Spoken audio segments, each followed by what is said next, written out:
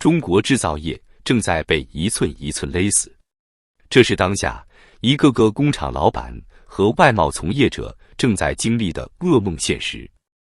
2025年6月，中国制造业 PMI 再度跌破荣枯线，连续第3个月处于收缩状态。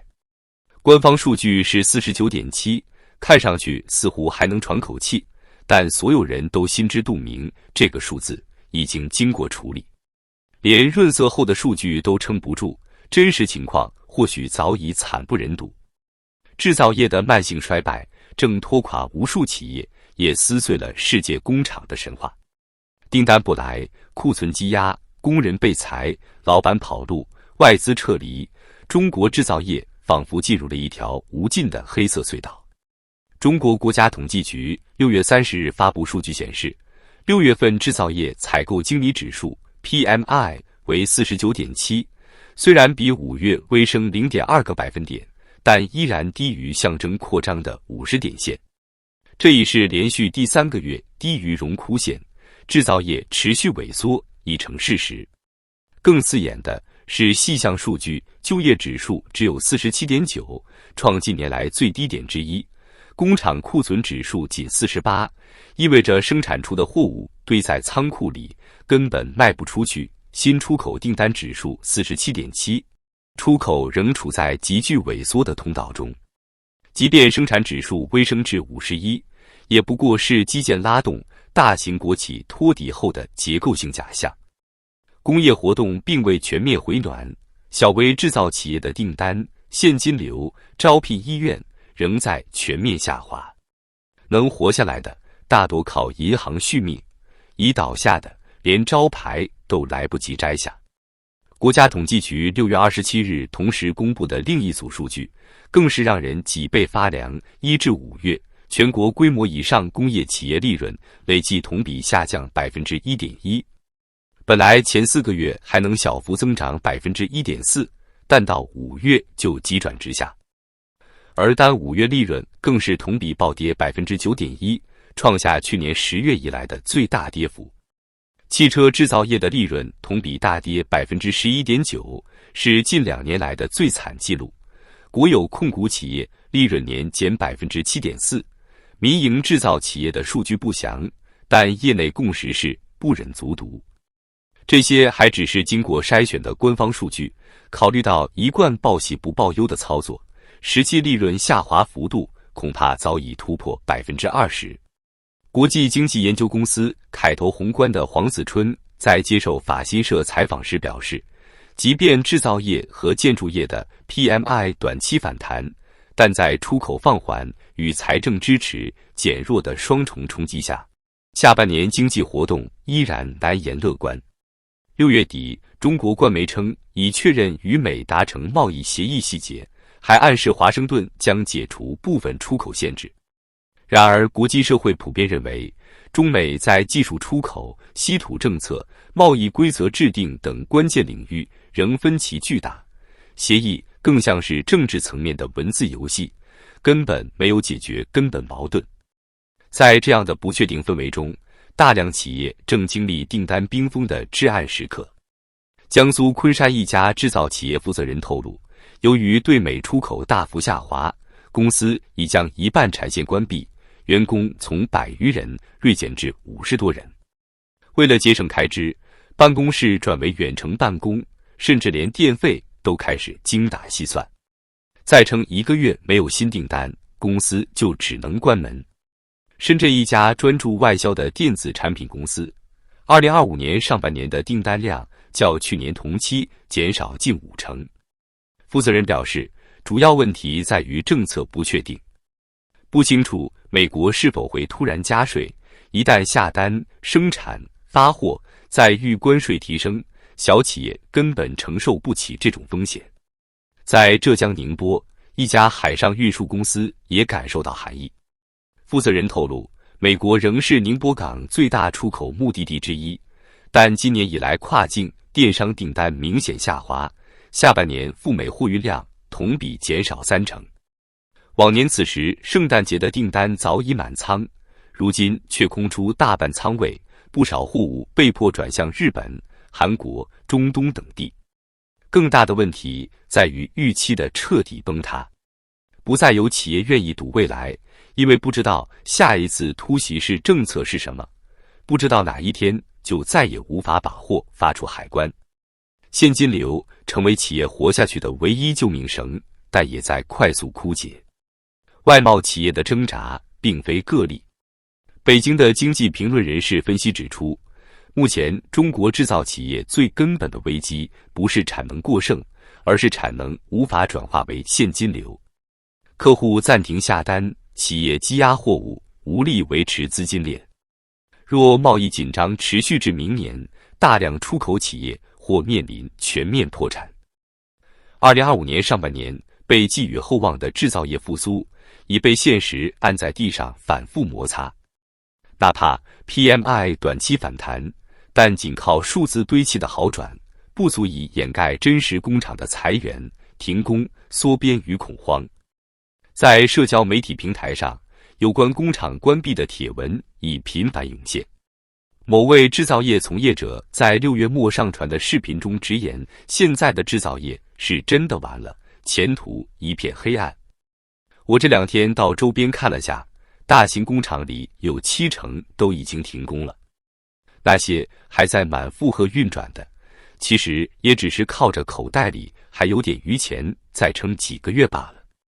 其他的不都是库存在堆吗？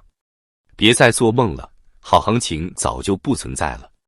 他举燃厂的现状作为例子，以前那些风光的燃厂，现在业务员被罚款是常态，老板逼他们出去到处跑单。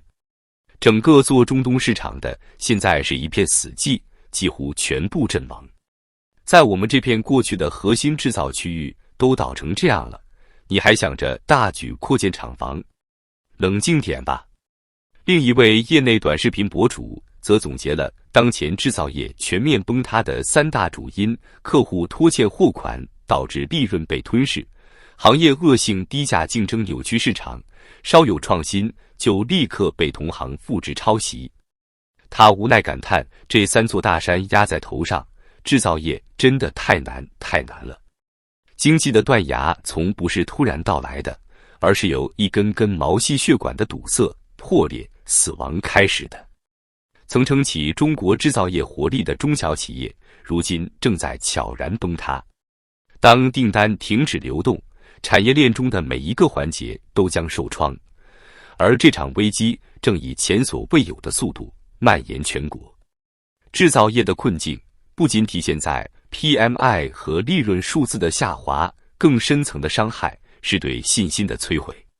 在过去20年，中国制造的黄金时代建立在3块红利之上：廉价的劳动力、廉价的土地以及庞大的政策支持。这3者曾缔造出一个庞大的产业体系，让 Made in China 遍布全世界。可现在，这3大红利正在同步枯竭。年轻人口断崖式下滑，出生率创下1949年以来历史最低，土地财政走到尽头，地方政府债台高筑，已无力提供持续优惠。政策层面早已转向高科技、数字经济与金融业，传统制造业被边缘化成一个过气产业。当基础正在崩塌，再多的就是举措也只是杯水车薪。地方政府疲于偿债，已经很少有余力通过土地折价、补贴减税来吸引制造企业。有些地方甚至反其道而行之，为了填财政缺口，向本地企业摊派任务预征税款，一边喊着助企，一边继续榨取血汗。在过去的1年里，不少原本还在硬撑的制造企业，终于做出了决断，把最后一笔资金拿来关闭工厂、处理赔偿、清理债务，剩下的要么跑路，要么躺平。有人不再等外部订单，只求维持本地小订单，苟延残喘；也有人开始转型做直播、做餐饮、做回收，只因为制造业再也不是能吃饱饭的行业。工厂不再是财富的起点，而成了债务的深渊。这场溃败没有轰轰烈烈的大爆炸，却像癌症一样持续侵蚀机体。最先被压垮的是无数中小企业，紧接着是就业、消费、城市税收，甚至社会稳定预期。青年失业问题已成为压在社会神经上的重担。官方已经数月不再公布16至24岁失业率，但学界与市场机构估计，这一数字已经悄悄突破23%，甚至更高。985高校毕业生找不到工作，被迫进厂却又被裁员，转身只能送外卖、做短视频、摆地摊为生。制造业本是就业的蓄水池，如今这口井已经干涸。而对那些仍在坚持的企业来说，最令人绝望的不是没有订单，也不是没有利润，而是不确定性。无法预判的政策风险、不透明的贸易规则、不可控的宏观环境，使所有经营计划都变得像赌博。企业不再投资扩产，不再招新员工，不再研发新品，只是活着就用尽全部力气。外资的撤离是另一道伤口。国际市场对中国制造信心的崩塌已不是新闻，而是趋势。2025年上半年，美国对华直接投资项目减少近30%，日本对华投资同比暴跌超过60%，为有记录以来最大跌幅。韩国大厂将生产线迁往越南，台湾代工企业北上速度放缓，转向印度、马来西亚等地。更致命的是，中国供应链集群优势正在被肢解，一个个关键产业链环节被挪走后，剩下的本地企业即便还想干，也缺少零件、工艺、配套资源。整个产业生态像多米诺骨牌一样，一块倒下，整排倾塌。在沿海地区，空置的工业园区越来越多，厂房被转作仓储、物流，甚至直播基地。一些地方政府尝试以跨境电商、短视频带货再工业化，但这些模式根本不足以吸收制造业巨量的就业与税收功能。大量基层地方官员坦言，制造业不再是政绩的抓手，扶持没成果，出事还要背锅。他们也只能象征性地出些招商大会、外贸研讨会，真正敢投资落地的企业几乎没有。整个环境充满恐惧与焦虑，不知哪一条政策红线会在明天画下，不知哪一项监管要求会突然落地，不知哪一个交易就会因政治不确定性被取消。所有信心的根源都被动摇。还有企业主在短视频中痛哭，他说，从1998年开始干制造业，干了20多年，第一次觉得如此无助。以前觉得努力还能翻身，现在是努力也没用，做得越多，亏得越多。最令人感到讽刺的是，2025年上半年，北京依旧在宣扬经济恢复基础稳固、内需有力支撑经济运行总体向好。这些话语与工厂关门、员工下岗、老板破产的现实形成了巨大的割裂。